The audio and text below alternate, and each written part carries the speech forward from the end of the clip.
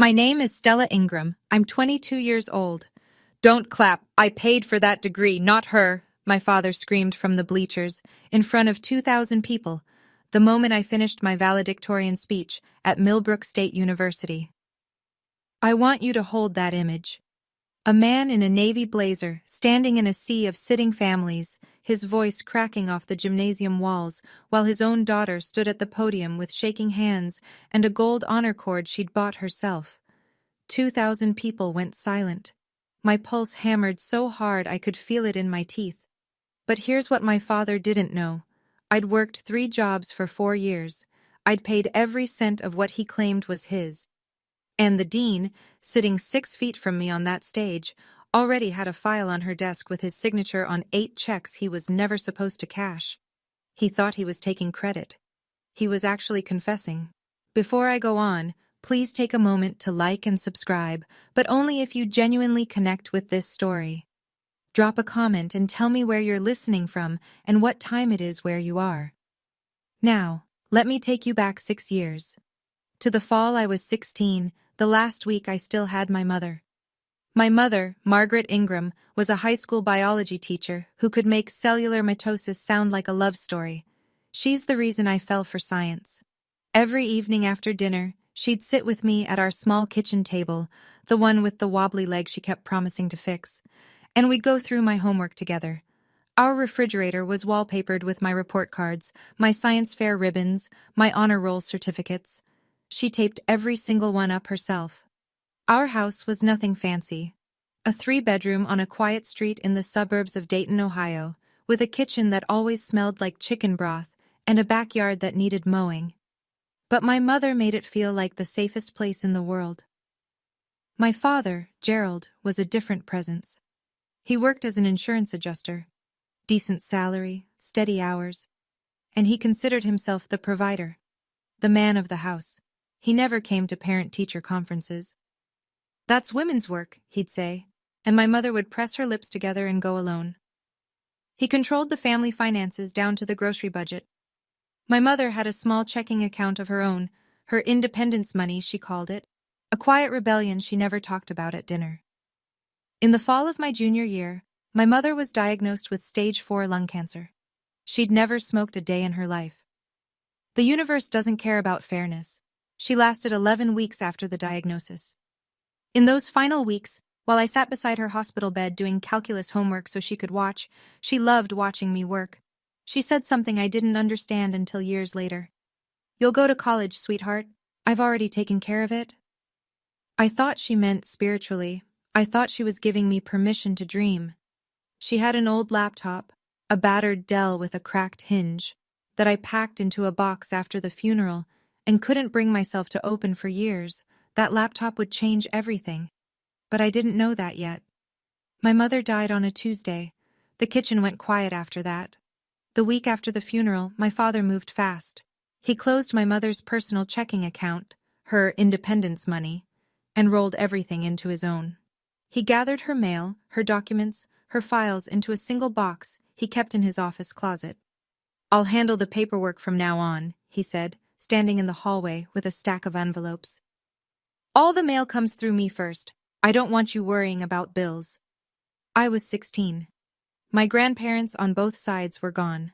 I had no siblings, no aunts or uncles nearby.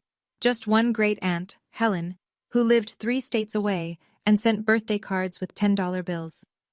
Gerald Ingram was the only family I had left.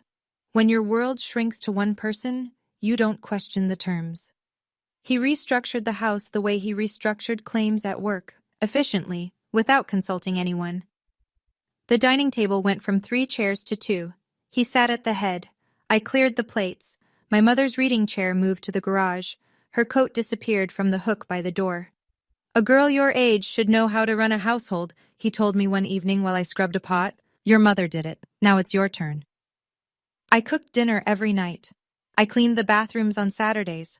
I ironed his shirts on Sundays. I told myself this was grief, his way of coping. I told myself he'd soften. He didn't. And somewhere in that period, in those months when I was too deep in mourning to pay attention to anything but survival, letters started arriving from colleges and scholarship foundations. Letters addressed to me. My father collected the mail every afternoon at 4:15. I never saw a single one. Senior year, I applied to Millbrook State University, a solid public research school about 4 hours from home. I wrote my application essays at the kitchen table after dishes, the same spot my mother used to sit with me. I got in. When the acceptance email came to my school address, I printed it out and brought it home like a trophy. My father read it at the table, chewing his dinner, and set it down next to his plate. "All right," he said. "I'll allow it." Allow it. Like college was a favor, not my future. Then came the conditions. He sat me down that weekend with a legal pad. The man loved legal pads, and laid out the terms. He would cover the big costs. In return, I'd contribute $800 a month from a job. Your share, he called it. I'm not raising someone who thinks the world owes her something. $800 a month felt enormous, but I nodded. He was paying the rest, after all. That's what he told me. That's what I believed. What I didn't know, what I wouldn't know for 3 more years, was that there was no rest. There was no tuition bill with Gerald Ingram's name on it. A full-ride scholarship had already covered every cent. He told our relatives a different story. At a family barbecue that summer, I overheard him holding court by the grill, beer in hand. "Nobody handed me anything. I'm paying for that girl's future out of my own pocket. That's what a real father does." Everyone nodded. Someone clapped him on the back. That fall, he drove me to campus in his new Ford F-150. Bought that spring with cash. "End-of-year bonus," he'd said. I didn't think to question it. I should have. Freshman year, I became 3 people. Mornings, I was a chemistry tutor at the campus learning center. $15 an hour, mostly freshmen who couldn't balance equations. Afternoons between classes, I worked the circulation desk at the university library. A federal work-study position that paid minimum wage but let me study during slow shifts. Weekends, I pulled catering shifts for a company called Silverleaf Events. White shirt, black slacks, sore feet, carrying trays of crab cakes for people wearing shoes that cost more than my monthly rent. 18 credit hours, 3 jobs, 4 to 5 hours of sleep on a good night. My sneakers wore through at the soles by October. I taped them with duct tape and kept going because there was no alternative. My GPA at the end of the first semester, 3.97. By spring, 3.95. I made the dean's list both terms. Every month on the 1st, I transferred $800 to my father's account. He never thanked me. He never asked how I was doing. Our Sunday phone calls followed the same script. "Did you send it?" "Yes." "Good." Click. Once, just once, I called to tell him I'd made the dean's list. There was a pause on the line and then, "It's just a list, Stella. Call me when you have a real job." I hung up and stared at the wall of my dorm room for a long time. My roommate, Rachel Torres, a sociology major from Phoenix with a laugh that could fill a stadium, looked at me from her bed and said, "You okay?" "Fine," I said. I wasn't fine. But I didn't know yet just how far from fine things actually were. I was breaking my body to pay a debt that didn't exist, and the man collecting it was spending the real money on patio furniture. Sophomore year, parents' weekend. My father came to campus for the first and only time. I'd been nervous about it for weeks, not because I was ashamed of my life, but because I'd started to notice that my life didn't look like someone whose father was paying for everything. My dorm room was sparse. My wardrobe was thrift store. I ate ramen 3 nights a week. But I'd arranged a campus tour, reserved a table at the dining hall, even ironed a blouse I'd found at Goodwill so I'd look put together. Gerald arrived in his F-150 wearing a Ralph Lauren polo, aviator sunglasses, and the confidence of a man who believed his own mythology. I introduced him to Professor Diana Colton, my academic advisor, a sharp, patient woman in her mid-40s who'd taken an interest in my research. "So you're the one filling her head with lab work," my father said, shaking her hand too firmly. Professor Colton smiled politely. "Stella is one of the strongest students in the department." Gerald laughed, the kind of laugh that isn't really a laugh. "You think a science degree is going to help her? I keep telling her, find a good man, settle down. but she wants to play scientist. He leaned in, like he was sharing a confidence. On my dime. The silence lasted about 2 seconds, but I felt every millisecond. Professor Colton's eyes flickered to me. I looked at the floor. Later, walking me back to my dorm, she asked quietly, "Is your father always like that?" "He's old-fashioned," I said. She nodded, but I could see her thinking. A student working 3 jobs whose father claims he's paying for everything. A father who doesn't want his daughter to use her degree. Something wasn't adding up, and Diana Colton was the kind of woman who noticed when numbers didn't balance. The Sunday calls got worse sophomore year. They followed a pattern so predictable I could have scripted them. He'd open with money. "Did you send it?" Then he'd pivot to guilt. "Your mother's gone, Stella. I'm the only one left. Do you know what I sacrificed to keep you in that school?" And he'd close with control. "You owe me. Don't forget that." Every Sunday. Same rhythm, same words, like a liturgy he'd memorized. Rachel started noticing. She'd be on her bed pretending to read while I sat on mine with the phone pressed to my ear, answering in monosyllables. After I hung up, she'd watch me go into the bathroom and close the door. She never said anything about the fact that I always turned the faucet on. She knew what the sound of running water was covering. One Sunday in November, Gerald asked for more. "Send an extra $200 this month. The furnace needs work." $200 I didn't have. I skipped meals for 2 weeks, told Rachel I was intermittent fasting, and wired it. Meanwhile, Gerald was telling his friends a story about sacrifice. I know this because his buddy Frank Murdoch mentioned it to me at Christmas. "Your dad talks about you all the time, honey. Says you're costing him an arm and a leg, but he wouldn't have it any other way." I smiled. What else could I do?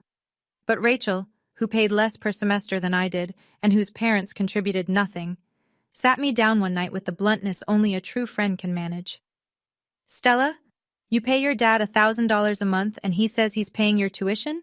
You work 3 jobs, I work 0. Something doesn't add up." I told her she was overthinking it. But the seed was there, and seeds, given enough time, tend to crack concrete. Thanksgiving, sophomore year. I drove home in a borrowed car and started cooking at 5 in the morning. Gerald had invited about 15 people, cousins, old neighbors, a few work friends. He bought a turkey from Whole Foods and had me plate it on our nicest dish so it looked homemade. "Don't tell anyone I didn't cook it," he said, and I thought, everything about you is performance. By 6 p.m., the house was full. I'd made the sides from scratch: mashed potatoes, green bean casserole, cornbread, 2 pies. My hands smelled like sage and my back ached from standing since dawn. Gerald sat at the head of the table in a pressed button-down, playing patriarch. Before anyone touched their food, he raised his glass. "This year, I'm spending over $30,000 to put Stella through school. Who else can say that? But that's what a father does." Applause. Actual applause. My cousin's husband whistled. I sat with my hands in my lap. An aunt leaned over and asked what I was studying. I began to explain my biochemistry research, an enzyme inhibition project I was genuinely proud of. I got about 2 sentences in before Gerald cut across the table. "Research." He said the word like it tasted bad. "My money, her hobby." Laughter. A few uncomfortable ones, but laughter. I pressed my napkin into my thigh under the table so hard my knuckles went white. Later, while I washed dishes alone in the kitchen, my great-aunt Helen appeared beside me. She dried a plate in silence for a moment, then said, very quietly, "Your mother would be so proud, sweetheart. She tried so hard to make sure you'd be taken care of. You know that, right?" I didn't know what she meant. Not yet. "Thank you, Aunt Helen," I said. She patted my hand and didn't say anything else. But the look on her face, something between sadness and apology, stayed with me long after I drove back to campus. By the end of sophomore year, my GPA was a perfect 4.0. Dean's List for the 4th consecutive semester. Professor Colton nominated me for an undergraduate research position in the molecular biology lab, a spot that usually went to juniors and seniors. I got it. I called Gerald on a Sunday, bracing for the usual script. Instead, he surprised me. "Good," he said. One word. But from him, it felt like a standing ovation. I hung up and caught myself smiling in the mirror. Actually smiling. and hated that one syllable of lukewarm approval from this man could still make me feel like I'd won something. What I didn't know was why he was in a good mood. The Pemberton Scholars Foundation had just deposited the fall semester disbursement, $15,500, into the joint account. My father was having a very good week. That summer, I went home for 2 weeks before picking up extra catering shifts. The first thing I noticed, a new patio set in the backyard. Wrought iron, glass-top table, 6 chairs, the kind of set you see in home magazines. "When did you get this?" I asked. "Treat myself once in a while," he said. "Lord knows I deserve it." I spent that summer eating instant noodles in my dorm and picking up double shifts. Gerald sat on his new patio and drank iced tea. The second thing I noticed, and this one actually hurt, my bedroom was gone. He'd turned it into a den. Flat-screen TV mounted on the wall where my bookshelf used to be, a leather recliner where my bed had been. My things, books, photos, the box of my mother's belongings, were stacked in the garage. "You have a room at school," he said when I stood in the doorway. "You don't need to." I slept on the couch that night, and I didn't come home again for a very long time. Junior year changed everything, and it started with a broken hinge. When Gerald had cleared out my bedroom, he'd moved my mother's old Dell laptop into a box in the garage along with everything else. During my brief summer visit, I'd rescued it, shoved it in my duffel bag without really thinking. It had been sitting in my closet at school for 2 years. I couldn't bring myself to open it. Turning it on felt like hearing her voice, and I wasn't ready. But that October, I needed a backup computer.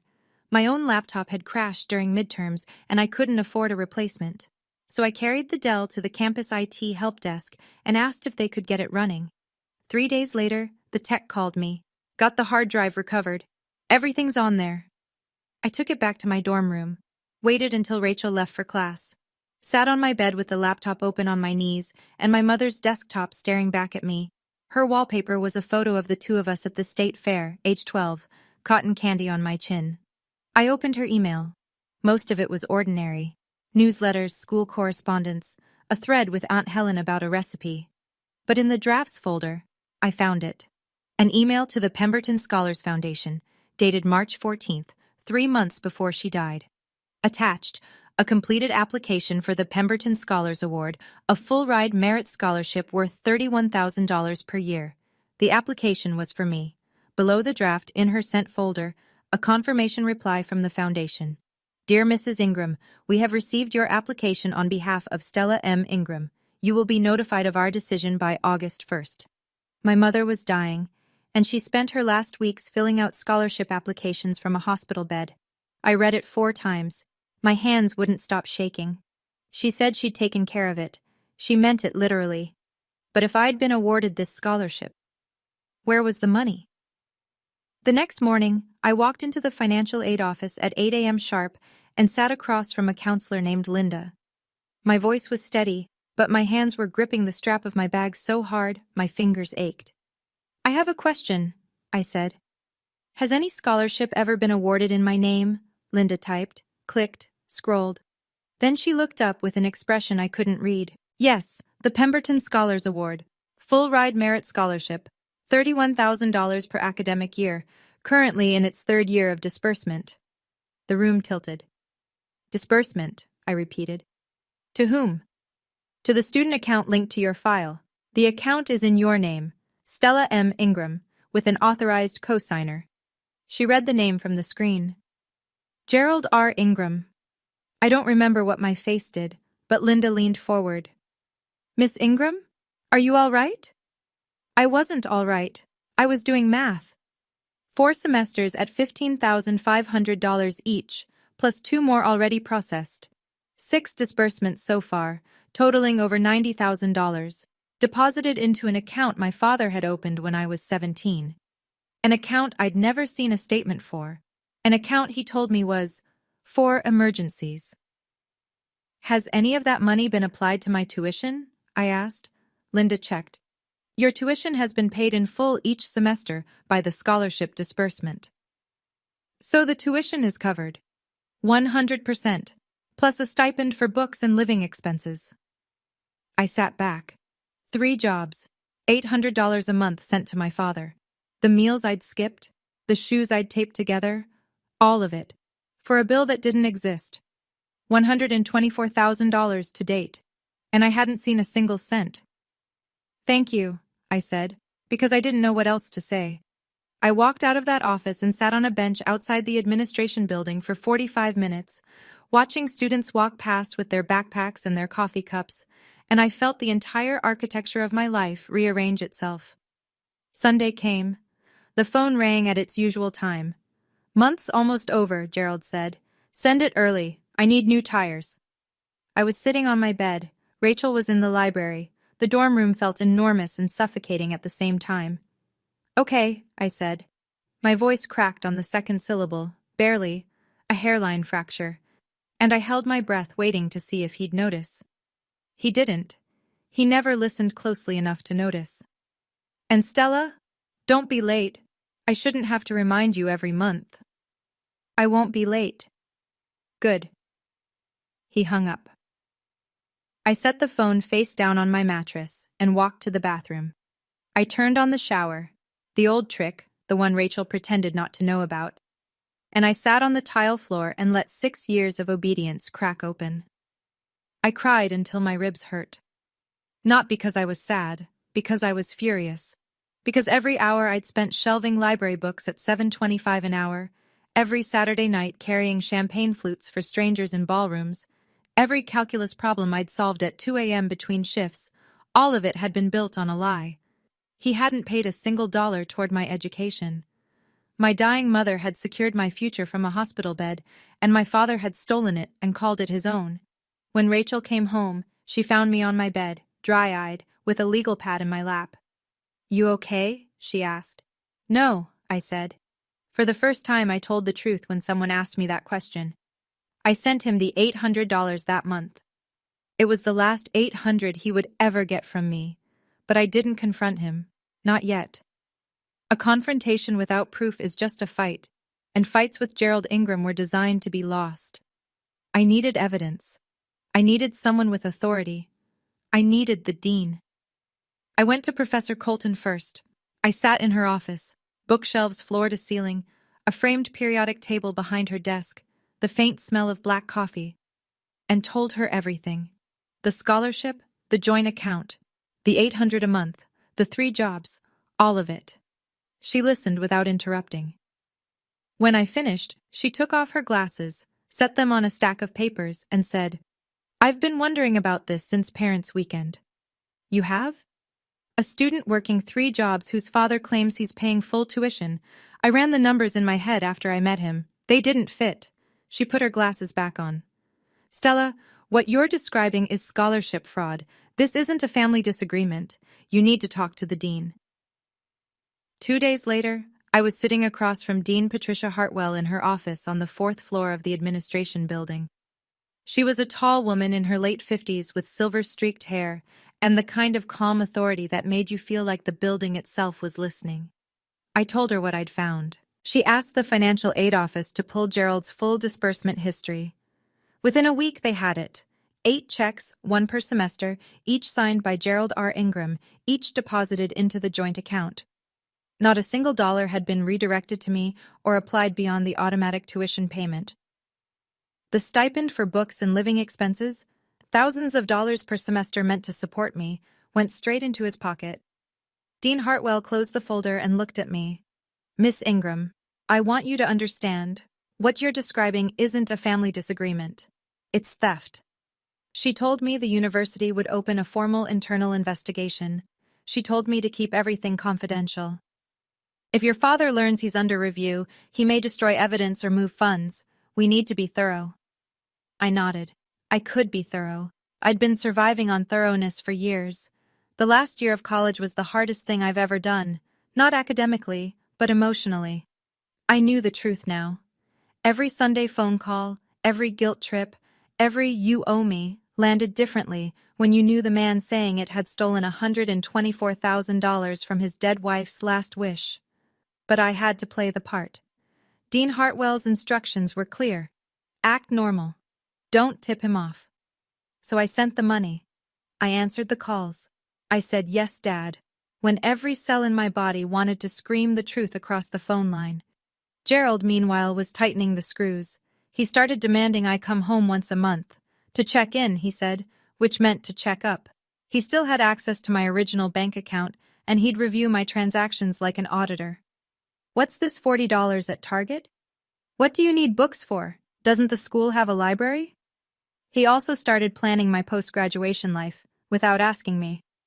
"You'll move back home after you finish," he said during one of his Sunday calls. "Get a job nearby. Secretary, receptionist, something sensible. I didn't pay for you to run off and play scientist in some other city." He actually emailed me a list. Receptionist, dental hygienist, administrative assistant, insurance clerk. Not a single research position. Not one. Behind the scenes, I made my own moves. I opened a new bank account at a different institution, one Gerald didn't know about. I started routing my paychecks there. I contacted the university's legal services office and began the process of removing Gerald as authorized signer on my student account. One afternoon, Gerald called the financial aid office directly, asking about my daughter's tuition status. The staff, briefed by Dean Hartwell, gave him a vague, cheerful runaround. He hung up satisfied. He had no idea the walls were closing in. In April of my senior year, the provost's office sent me a letter. I'd been named class valedictorian, highest GPA in the graduating class, 4.0 cumulative summa cum laude with departmental honors in biochemistry. I held that letter in my hands and felt two things collide. Pride so fierce it burned, and terror so deep it made my knees soft. Because being valedictorian meant giving a speech, in front of everyone, in front of him. Gerald's reaction was immediate and predictable. He called within hours of hearing, I still don't know who told him, and his voice had the oily warmth he only used when he wanted something. "You're giving a speech? Good. You'll thank me, in front of the whole crowd. Make sure you say my name clearly. Gerald Ingram. I want everyone to hear who made this possible." "Of course, Dad." That night, I sat at my desk and wrote 2 speeches. The first was the fake, a polished, grateful ode to fatherly sacrifice, full of phrases like, "I couldn't have done this without my father's unwavering support." I emailed it to Gerald. He read it, approved it, and replied with a single line, "Finally, about time you showed some respect." The second was real. I'm not going to tell you what was in it yet, but I will tell you this. It didn't contain my father's name. Not once. I printed both versions. The fake went into an envelope labeled, "Speech, Approved." The real one went into the inside pocket of my graduation gown, folded twice, pressed flat against my heart. Every night for the next 3 weeks, I practiced in front of the bathroom mirror while Rachel sat on the closed toilet lid and listened. Most nights, she cried, "I didn't. I'd used up my tears in the shower a long time ago." The graduation gown hung on the back of my door. I looked at it every night before I turned off the light. That black fabric, that gold honor cord, and I thought, this is mine. All of it. Every thread. 3 weeks before commencement, Dean Hartwell called me to her office. The folder on her desk was thick, maybe 40 pages. She opened it and turned it so I could see. 8 disbursement records, each with Gerald's signature. Bank routing confirmations. A spreadsheet showing every deposit, every date, every amount. $124,000 across 4 years, methodically collected by a man who told everyone, including his own daughter, that he was the one making sacrifices. "The investigation is complete," Dean Hartwell said. "Every disbursement from the Pemberton Scholars Award was deposited into a joint account opened by your father when you were 17. He signed for each check as the authorized co-signer. No funds beyond automatic tuition payment were ever transferred to you." She paused, letting that land. "Additionally, your employment records confirm that you earned approximately $38,000 across 3 jobs over 4 years and sent a significant portion of that to your father as what you believe to be your tuition contribution. $38,000, earned at $15 an hour, at minimum wage, at weekend catering rates, every cent of it sent to a man who was already sitting on a full-ride scholarship. The university has referred this matter to the county district attorney's office, Dean Hartwell continued. Formal action will begin after commencement. We didn't want anything to interfere with your graduation day. Campus security will also be briefed about your father, in case he causes a disruption. Then she pulled something from the bottom of the folder. A single sheet, a printout of a letter the Pemberton Foundation had included with the original award notification. A handwritten letter from my mother, submitted with the application. I recognized her handwriting before I read a word. Dean Hartwell slid it across the desk. Your mother wrote this from her hospital bed. I thought you should have it. I read it. I won't share every word. Some things belong only to the people they were written for. But she wrote that she didn't know if she'd live to see me graduate, and she wanted to make sure I'd have the chance she never had. She wrote that I was the bravest person she'd ever known. My mother wrote that letter while dying. My father cashed the check it earned. I folded it carefully, put it in my bag, and said, Thank you, Dean Hartwell. You've earned more than a thank you, Stella. You've earned that stage. The final week was methodical. I treated it like a lab protocol. Steps in order, nothing skipped, no room for emotion to derail the process. Step 1. I practiced the real speech every night. Standing in front of the bathroom mirror, hands flat on the sink, speaking to my own reflection until the words stopped feeling dangerous and started feeling true. Rachel sat cross-legged on the bath mat each time, nodding, occasionally wiping her eyes. You sure about this? She asked on Tuesday night. No, I said, but I'm done being sure about staying quiet. Step 2. With guidance from the university's legal services, I officially closed the joint account Gerald had controlled. The process required documentation, my signature, my ID, confirmation of student status. The bank representative asked if I wanted to notify the co-signer. No, I said. Step 3. I packed my dorm room. Everything I owned fit into 2 suitcases and a backpack. 6 years of living lean had taught me to travel light. I didn't leave anything behind. Step 4. I wrote a letter to Gerald. Clear, factual, no emotion. It stated that I was aware of the Pemberton Scholars Award, the disbursements, and his interception of the funds. It requested full repayment and informed him that I would no longer be in contact. I sealed it in an envelope and dated it for the day after graduation. The gold honor cord cost $25. I'd asked Gerald to send me the money weeks earlier. He'd refused. What do you need a fancy rope for? So I bought it myself with tip money from a catering shift. I hung it on the doorknob of my empty dorm room and looked at it in the dark. On Friday, Rachel texted me. He bought plane tickets, and he made a dinner reservation at Morton's for after. 5 guests, his friends. She added a second text. He had invitations printed. Of course he did. The night before graduation, I was alone. Rachel had left that morning. Her family arrived early, and she'd moved to their hotel for the night. The dorm room was bare. 2 stripped mattresses, empty shelves, the kind of silence that only exists in rooms that used to be full. I sat on my bed, just the fitted sheet left, and opened my mother's laptop one last time. I'd been through the emails, the documents, the scholarship application. But that night I found something I'd missed. A photo, buried in a folder labeled Stella. A selfie my mother had taken of the 2 of us when I was 15. We were in the kitchen. Flour on the counter, a lopsided cake between us, both of us grinning like the world was small and safe. She was already thinner than she should have been. I didn't notice at the time. I touched the screen like I could reach through it. I'm graduating tomorrow, Mom, I said to the empty room. I earned it. Like you wanted. At 9 p.m., my phone rang. Gerald.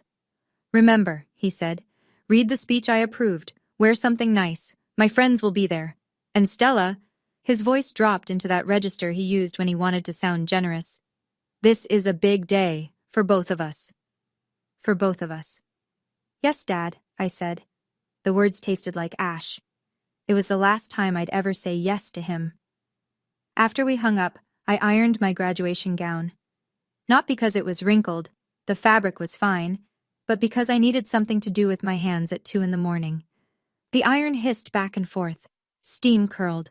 On the desk beside me, my mother's photo, my graduation cap, and 2 folded speeches, one a lie, one the truth.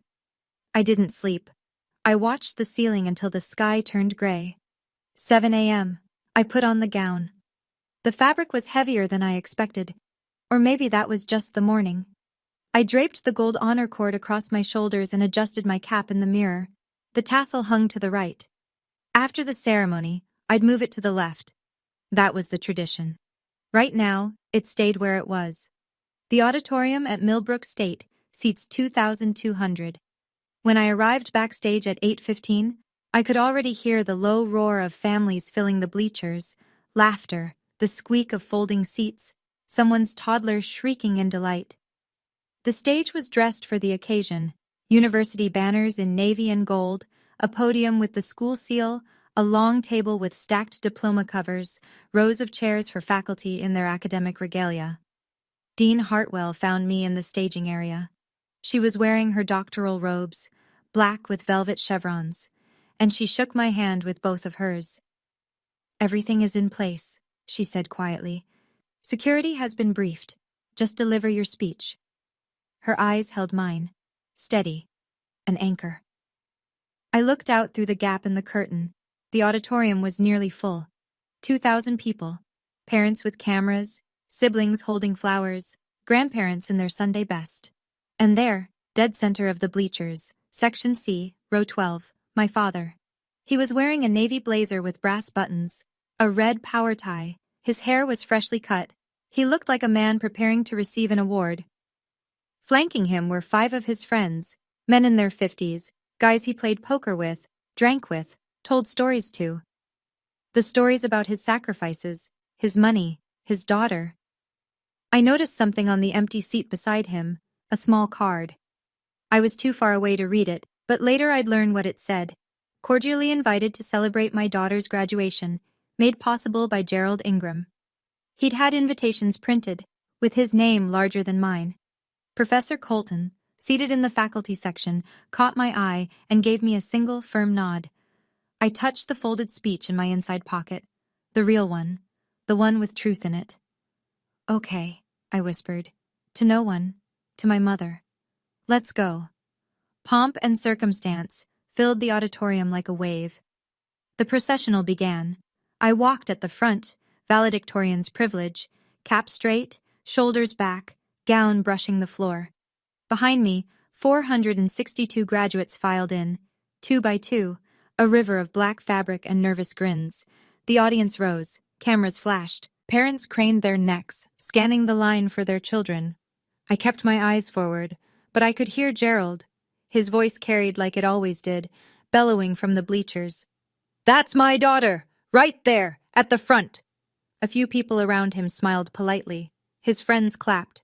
I climbed the stage steps and took my seat, the designated chair to the right of the podium, separated from the faculty row by a small table with a water pitcher and a glass. The stage felt enormous. Below me, 2,000 faces. Behind me, a banner. Millbrook State University, Commencement Ceremony, Class of 2025. The provost made opening remarks. A trustee read a citation. The university choir sang. I heard none of it. My pulse was a drumline. The folded speech in my pocket felt like it weighed 10 pounds. Then the MC, the associate dean, stepped to the podium.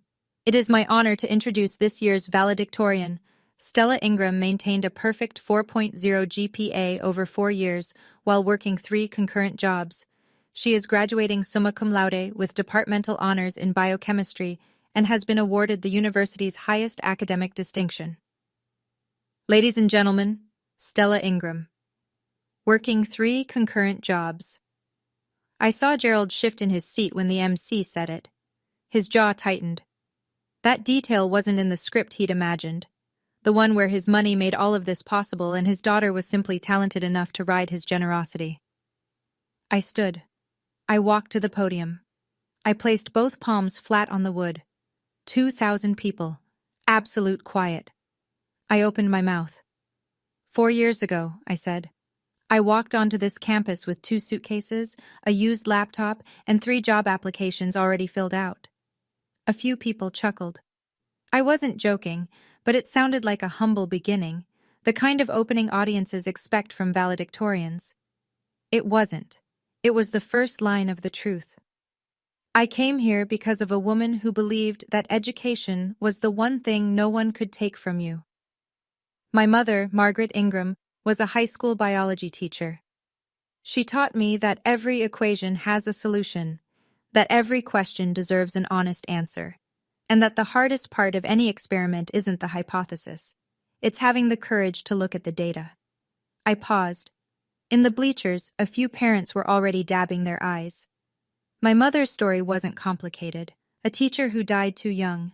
But it was real, and real things land differently than performance. She couldn't be here today, but everything I am started with her. I didn't look at Gerald when I said it. I didn't need to. I could feel him. I talked about the jobs, tutoring, the library, the catering shifts. I learned biochemistry in lecture halls, and I learned endurance in banquet kitchens. I served hors d'oeuvres at events where the napkins cost more than my weekly groceries. Every credit hour I earned twice. Once in the classroom, once on the clock. The audience was still, not uncomfortable, captivated. But in Section C, row 12, something was changing. Gerald Ingram had come to this ceremony to hear his name, to hear his daughter thank him publicly on a microphone in front of his friends and 2,000 witnesses. He was waiting for the line he'd approved. I couldn't have done this without my father's unwavering support. It never came. I watched, from the corner of my eye as his posture stiffened. His hands gripped his knees, his smile curdled. The friends beside him exchanged glances. Something was about to break. It happened between sentences. I had just finished saying, "Every dollar I spent on this education, I earned myself," when a sound cut through the auditorium like a gunshot. A chair, metal, folding, slammed upright against the bleacher behind it. And then a voice I'd been obedient to for 22 years roared across 2,000 people. "Don't clap! I paid for that degree, not her!" Gerald was standing, blazer unbuttoned, face crimson, veins visible in his neck even from the stage. He jabbed a finger toward me like he was scolding a child in a grocery store. Except the grocery store had 2,000 witnesses and a sound system. "She wouldn't have lasted one semester without my money," he shouted. "Everything she has, I gave her. That gown, that cord, that podium, I paid for all of it." The auditorium went silent so fast, it felt like the air had been sucked out. Someone dropped a program. A baby started crying 3 sections over. 2,000 heads turned toward Section C, row 12, toward a man in a navy blazer who had just detonated his own reputation and didn't know it yet. His 5 friends sat frozen. One of them, I'd learn later it was Frank Murdoch, slowly covered his face with his hand. I stood at the podium. The microphone was still on. I could hear my own breathing through the speakers, amplified, and I knew the audience could hear it too. My hands were trembling. I gripped the edges of the podium to stop them. My heart was slamming so hard I thought I might pass out. But I didn't cry. I looked down at the wood grain beneath my fingers. I looked at Dean Hartwell, seated to my left on the stage. She met my eyes and gave one nod, small, nearly imperceptible, but I saw it. I felt it. And I smiled. Not a wide smile, not a victorious one, the quiet kind. The kind that comes after you've been waiting for something to finally be over so the truth can start. I stepped back to the microphone. 7 words. I'd rehearsed them in the bathroom mirror for 3 weeks. I'd said them so many times they'd lost their shape and become pure sound, and then I'd said them more until they became something harder. Not just words, but a line drawn in the ground. I leaned into the microphone. My voice didn't shake. I paid for every cent myself. Silence. 3 full seconds of it. The kind of silence where you can hear the ventilation system humming. Then a murmur. Low at first, rippling through the audience like a stone dropped in water. Heads turning, eyebrows rising. People leaning toward each other. What did she say? Did you hear that? I kept going, steady, like reading data aloud in a lab. 3 jobs, 4 years, every tuition payment, every textbook, every meal. The financial records are on file with the dean's office. I turned slightly, not fully toward Gerald, but enough. And the Pemberton Scholars Award, the full-ride merit scholarship my mother applied for before she died, the one that covered my entire education? My voice stayed level. Those funds were intercepted and cashed by someone else. The disbursement records, with signatures, are also on file. I didn't say his name. I didn't need to. Every person in that auditorium knew who I was looking at. Gerald stood in the bleachers, mouth open, no sound coming out. The crimson drained from his face and left it gray. He looked like a man who had just heard a door lock behind him. The murmurs became a wave. I could hear fragments. Did she say stolen? The scholarship? Oh my God! In the far corner of the bleachers, my great-aunt Helen pressed both hands over her mouth and began to cry. Professor Colton, in the faculty section, didn't move. She just closed her eyes for a long moment, the way you do when something you suspected turns out to be true, and the confirmation hurts anyway. I stepped back from the microphone. You didn't pay for my degree, Dad. Quiet, clear, final.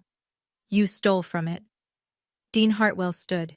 She didn't rush. She didn't make a spectacle of it.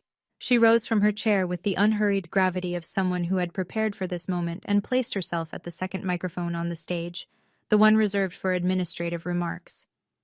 If I may, she said.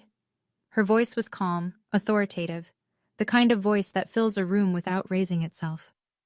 2,000 people turned back toward the stage. I can confirm that the university has completed an internal investigation into the disbursement of a merit-based scholarship awarded to Miss Ingram. The Pemberton Scholars Award, a full-ride scholarship valued at $124,000, was applied to Miss Ingram's tuition account each semester as intended. However, the accompanying stipend funds were deposited into a joint account with an authorized cosigner who was not the student. She paused. That matter has been referred to the appropriate authorities. She didn't say Gerald's name. She didn't need to. The entire auditorium knew who was standing in Section C, Row 12, because every head had already turned. 2 campus security officers. I noticed them only now, though they must have been positioned near the aisle before the ceremony began, were already moving. They walked calmly up the bleacher steps toward Gerald, one on each side. Sir, the first officer said, loud enough for the nearby rows to hear, please come with us. Gerald's face cycled through 3 expressions in 2 seconds.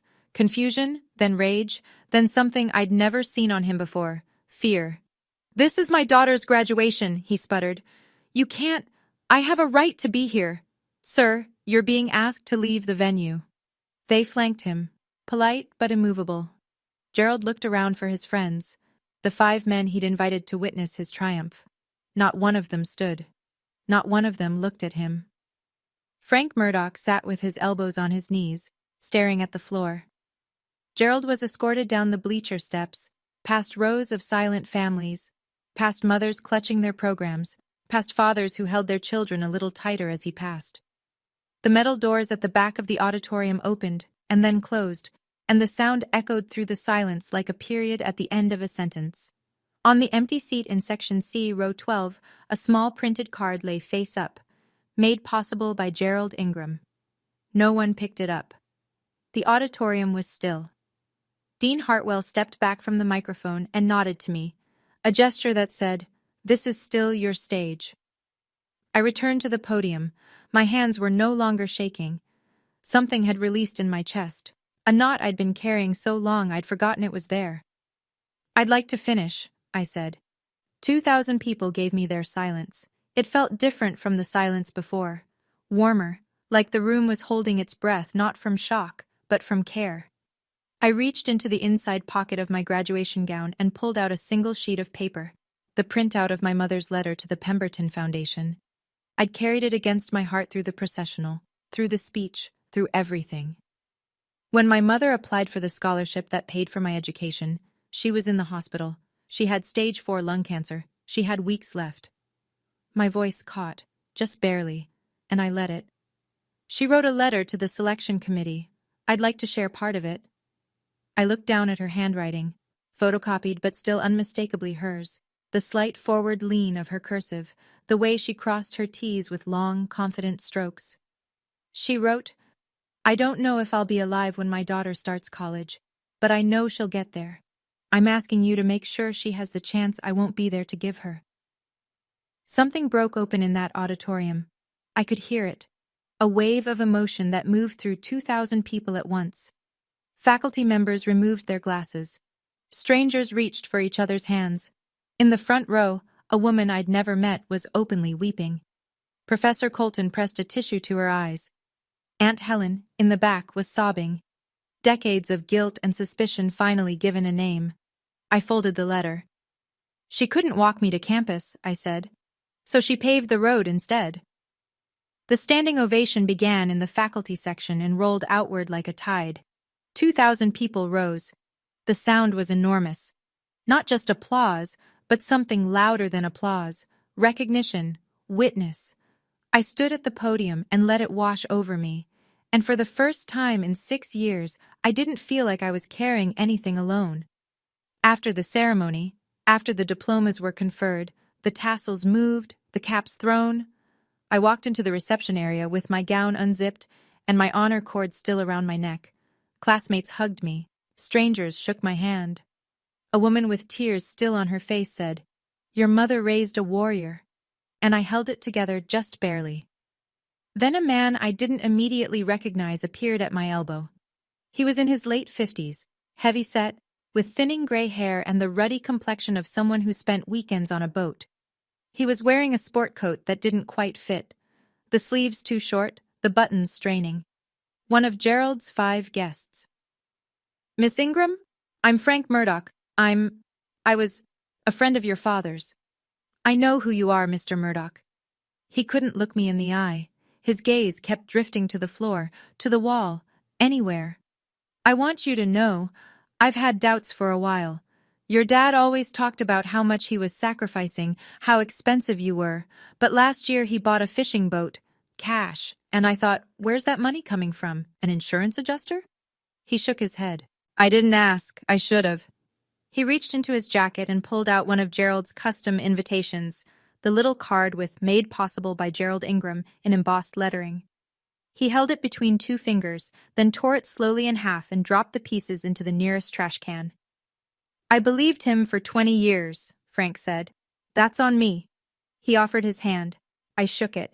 His grip was uncertain, almost apologetic. "He told us, you know. After you graduated, his plan was to have you manage a laundromat he was looking at buying." Frank's mouth twisted. A laundromat? For a girl who just graduated valedictorian in biochemistry.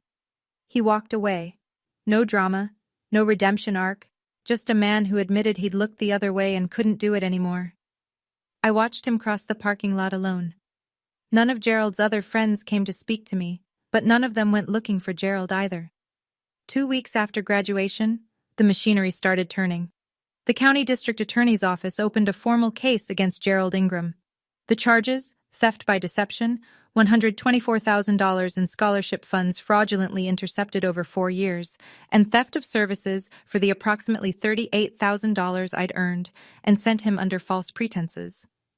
If he'd used the U.S. Postal Service to receive any of the disbursement checks, mail fraud charges were also on the table. My father's Sunday phone calls about sacrifice and duty had built a paper trail that now led to a prosecutor's desk. Millbrook State University issued a formal statement confirming that I had been the victim of scholarship diversion and that the matter had been referred to law enforcement. The university's emergency student fund reimbursed me $38,000, my 4 years of earnings, pending recovery from Gerald. It wasn't a gift. It was restitution through the institution, and they'd recoup it when the legal process concluded. The Pemberton Scholars Foundation responded with an announcement that they would implement direct-to-student disbursement protocols for all future awards. No more co-signed accounts, no more intermediaries. My case became the reason. Gerald hired a defense attorney. The retainer alone was reportedly north of $15,000. His fishing boat, the cash purchase Frank Murdoch had found suspicious, was identified as a potential asset for seizure.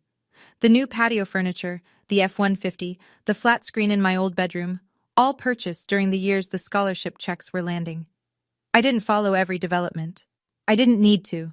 The documents spoke for themselves, just as Dean Hartwell had promised. What I focused on instead was the offer letter sitting on my kitchen counter, a research associate position at a biotech lab in Research Triangle Park, North Carolina. Starting salary, $65,000. Benefits: a 401k. My name on published papers. I signed it the same day I signed the lease on my first apartment. A studio with a window that overlooked a parking lot, which doesn't sound like much, but it was mine. Every square foot of it was mine. The call came a month later. Unknown number. I almost didn't answer. But something in me, the part that was still, after everything, a daughter, picked up. You destroyed me. Gerald's voice was flat, stripped of the bluster I'd grown up under. No warmth, no charm, no performance. Just a man talking from whatever room he was sitting in, alone.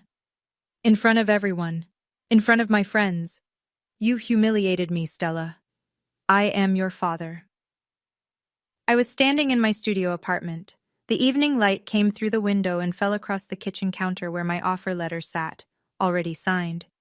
My mother's photo, the selfie from the kitchen, the one with flour and cake, was taped to the wall above my desk. You are my father, I said. That's exactly why this hurts. Everything I did was for you. You stole $124,000 from a scholarship Mom applied for while she was dying. You took $38,000 I earned working 3 jobs. You told me I owed you. You told everyone you sacrificed for me. None of it was true. I raised you. You didn't pay for my education. The records prove it, and I'm done arguing about facts. There was a silence on the line. Not the comfortable kind. Not the kind that means understanding. The kind that means a wall has been hit. You'll regret this, he said. You'll come back. No, I said. I won't. I ended the call. Set the phone on the counter, stared at it for a long time. This small rectangle that had carried 6 years of guilt trips and Sunday interrogations and demands. This tiny machine through which a man had controlled his daughter from 4 hours away. Then I blocked the number. I didn't cry. I'd done my crying. What I felt was something quieter and larger, like stepping out of a building you'd been locked inside for so long you forgot there was weather. I looked at my mother's photo on the wall. I'm okay, Mom, I said. The apartment was quiet, the kind of quiet I got to choose. 6 months later, I am someone I recognize. I work at the biotech lab. I wear a white coat with my name embroidered on the pocket, Stella Ingram, Research Associate, Department of Molecular Biology. And every morning when I clip my ID badge to my lanyard, I think about a girl taping her sneakers together with duct tape so she could carry champagne flutes across a ballroom. That girl got me here. I owe her everything. My apartment has furniture now, not much, but mine. A desk from a secondhand store, a bookshelf I assembled myself, a small succulent Rachel brought when she visited last month, still somehow alive despite my best efforts. She walked in, looked around at my 380 square feet, and said, "It's perfect." She meant it. I could tell because she wasn't crying. I started therapy. I resisted at first. I told myself I was fine. I'd handled it. It was over. But my therapist, Dr. Nolan, said something in our first session that I keep coming back to. Survival isn't the same as processing. You survived it. Now we need to let your nervous system know it's over. She's right. 6 years of hypervigilance doesn't just evaporate because you move to a new city. Aunt Helen calls every Sunday now. She apologized for not speaking up sooner. She'd suspected something for years but couldn't prove it and didn't want to overstep. I told her I understood. I did. Silence in the face of power is a survival strategy I know intimately. As for Gerald, last I heard, he was negotiating a plea deal with the DA.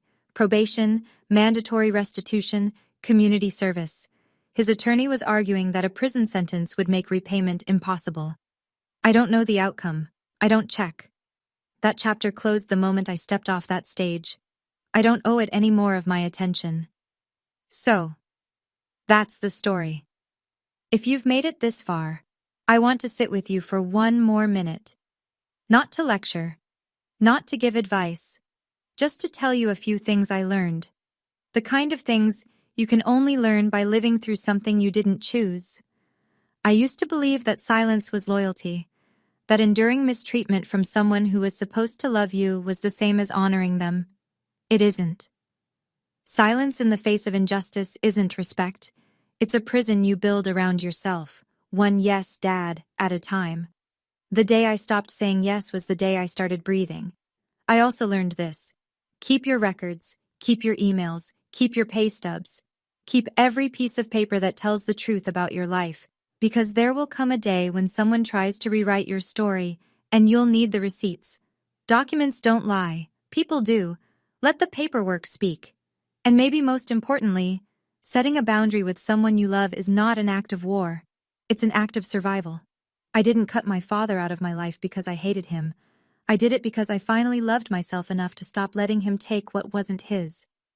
If you're in a situation like mine, if someone is using guilt or obligation or family as a tool to control you, know this: you are not alone. And you don't owe anyone your silence. Thank you for staying until the end.